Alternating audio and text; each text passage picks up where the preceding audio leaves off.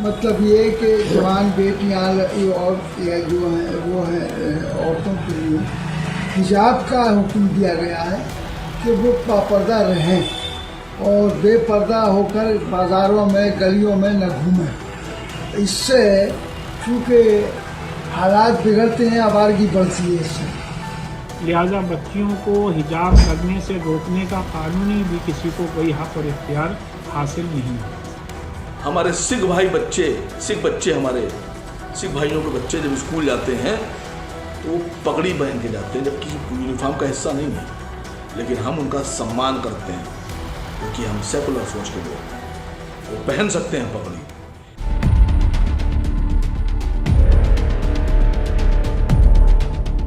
हिजाब मामला एक बार फिर देश भर में चर्चा का विषय बना हुआ है। वजह है सुप्रीम कोर्ट के 2 जजों की राय एक मत ना होना। जी हां, स्कूल एवं कॉलेजों में हिजाब पर बैन के खिलाफ अर्जी पर सुप्रीम कोर्ट की बेंच में फैसला नहीं हो सका है।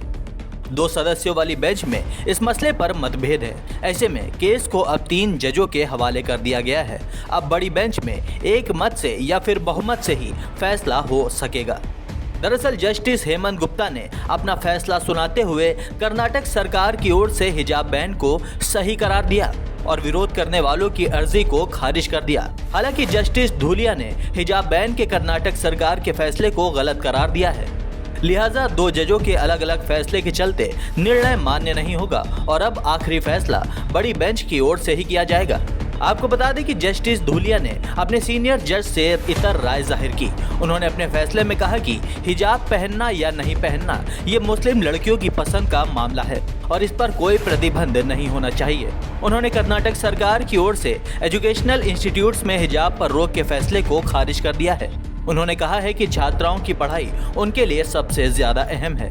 बकौल जस्टिस धूलिया, हिजाब पर बैन जैसे मुद्दों से छात्राओं की पढ़ाई प्रभावित हो सकती है। गौरतलब है कि हिजाब बैन के खिलाफ अपील करने वाले पक्ष की ओर से भी दलील दी गई थी कि ये महिला अधिकार से जुड़ा मामला है, इसे कुरान या इस्लाम से नहीं जोड़ना चाहिए। बहरहाल सुप्रीम कोर्ट के जजों में मतभेद के बाद इस पर राजनीति फिर से शुरू हो गई है। सियासत से लेकर धर्मगुरुओं ने इस पर अपनी राय देनी शुरू कर दी है। ओवैसी की पार्टी के प्रवक्ता सैयद आसिम वकार ने इस पर क्या कुछ कहा, चलिए सुन लेते हैं। अभी जो फैसला आया 2 जजों की बेंच ने दिया, उसमें जस्टिस गुप्ता ने जो फैसला दिया है वो फैसला, वो जो देश की कट्टरपंथी सोच है वो लोग खुश हैं। और जस्टिस धुलिया ने जो फैसला दिया है कि उन्होंने कहा हाई कोर्ट का फैसला गलत, उसको गलत ठहरा दिया, वो देश की सेकुलर सोच को जाहिर करता है।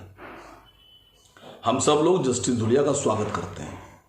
देखिए, ये देश हमारा, हम सब का देश है, इसको आगे भी हम ही लोगों को लेके जाना है। मैं किसी भी धर्म के खिलाफ नहीं हूं, सबका सम्मान, लेकिन पूरे देश में नहीं, पूरे विश्व में किसी भी स्कूल में जो यूनिफॉर्म है उसमें टर्बन, पगड़ी उस यूनिफॉर्म का हिस्सा नहीं होती है। लेकिन चाहे वो लखीमपुर हो, चाहे कर्नाटका हो, चाहे आंध्रा हो, चाहे बम्बई हो, कहीं भी जब हमारे सिख भाइयों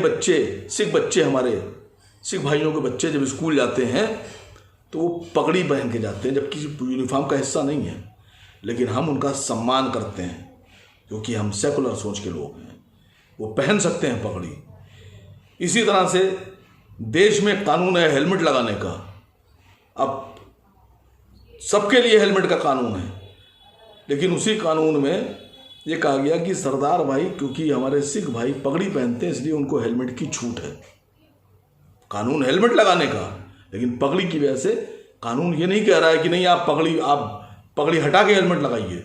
कोई कानून ये नहीं कहता है। अगर कोई कानून ये कहेगा कि नहीं पगड़ी हटा के हेलमेट लगा लीजिए आप, तो मैं सबसे पहले उसका विरोध करूंगा। किसी भी धर्म के सम्मान से खिलवाड़ नहीं किया जा सकता, चाहे वो मेरा धर्म हो चाहे किसी का धर्म हो। हम लोग जस्टिस धुलिया के इस फैसले के साथ खड़े हैं, उनको सैल्यूट करते हैं।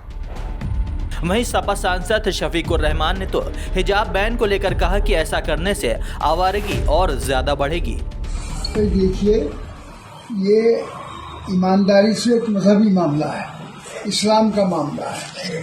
इस्लाम के अंदर मतलब ये कि जवान बेटियां और जो हैं वो हैं औरतों के लिए हिजाब का हुक्म दिया गया है कि वो बापर्दा रहें और बेपर्दा होकर बाज़ारों में गलियों में न घूमें। इससे चूँकि हालात बिगड़ते हैं, आवारगी बढ़ती है इससे। और आज अगर इसमें कोई पाबंदी लगाई जाती है कि हिजाब की ज़रूरत नहीं है, वो ये कहते हैं, तो इससे समाज को भी न सिर्फ इस्लाम को बल्कि समाज को नुकसान होगा। शास्त्री जी, ये मामला सुप्रीम कोर्ट पहुंच गया है, क्या मानते हैं आपके इस मामले को लेकर? तो हमें उम्मीद है कि सुप्रीम कोर्ट इसमें सही फैसला करेगा। हरियाणा के मंत्री अनिल विज का बयान दे रहे हैं कि जिन लोगों का मन मचलता था वे हिजाब का विरोध करते हैं। ऐसे बयान को किस तरह से देखते हैं? ये तो बयान जो गलत बयान है कोई भी दे तो उसमें ये ठीक नहीं है। यानी हरियाणा के मंत्री के बयान को आप गलत मानते हैं? नहीं, जो हरियाणा वो कोई मंत्री हो या संतरी हो, कोई भी हो, छोटा हो बड़ा हो, अगर वो कोई किसी मजहब के खिलाफ, सच्चाई के खिलाफ कोई बयान देता है तो उसको कोई मजबूरी नहीं है कि उसको कबूल किया जाए। इसके अलावा वरिष्ठ सुन्नी धर्मगुरु मौलाना खालिद रशीद फिरंगी महली ने इस बाबत कहा है कि सुप्रीम कोर्ट की लार्जर बेंच को किसी भी किस्म का फैसला सुनाने से पहले हिजाब की धार्मिक महत्वता को जरूर तवज्जो देनी चाहिए। आज हिजाब मामले में ऑनरेबल सुप्रीम कोर्ट के एक जज साहब ने जो बातें कही हैं कि राइट टू एजुकेशन और राइट टू चॉइस, और ये बच्चियों की अपनी चॉइस है कि वो सर कवर करें ना करें, लेकिन एजुकेशन के रास्ते में कोई रुकावटें नहीं डालनी चाहिए। और इन तमाम बातों को हम लोग वेलकम करते हैं। और जिस तरीके से मामला लार्जर बेंच को रिफ़र किया गया है, तो हम लोग ये एक्सपेक्ट करते हैं कि लार्जर बेंच जो हिजाब का जो मजहबी एंगल है उसको सीरियसली ज़रूर कंसिडर करेगा। और वो एंगल यही है कि जो कुछ भी अल्लाह ने कुरान में और पैगम्बर इस्लाम सल्लल्लाहु अलैहि वसल्लम ने फरमा दिया, वो तमाम बातें हमारे यहाँ essential practice of our religion है। और हिजाब के सिलसिले में अल्लाह ने कुरान की सूरह अहज़ाब और सूरह नूर में मुस्लिम बच्चियों को ये हुक्म दिया है कि जब घर से निकलें तो अपना सर कवर कर लें। लिहाजा बच्चियों को हिजाब करने से रोकने का कानूनी भी किसी को कोई हक और इख्तियार हासिल नहीं है। बहरहाल हिजाब बैन को लेकर मुस्लिम समाज में भारी रोष है। वैसे हिजाब बैन कर देना सही है या फिर इस फैसले को मुस्लिम लड़कियों की पसंद नापसंद पर छोड़ देना चाहिए? इस पर आप क्या सोचते हैं, हमें बताइएगा जरूर।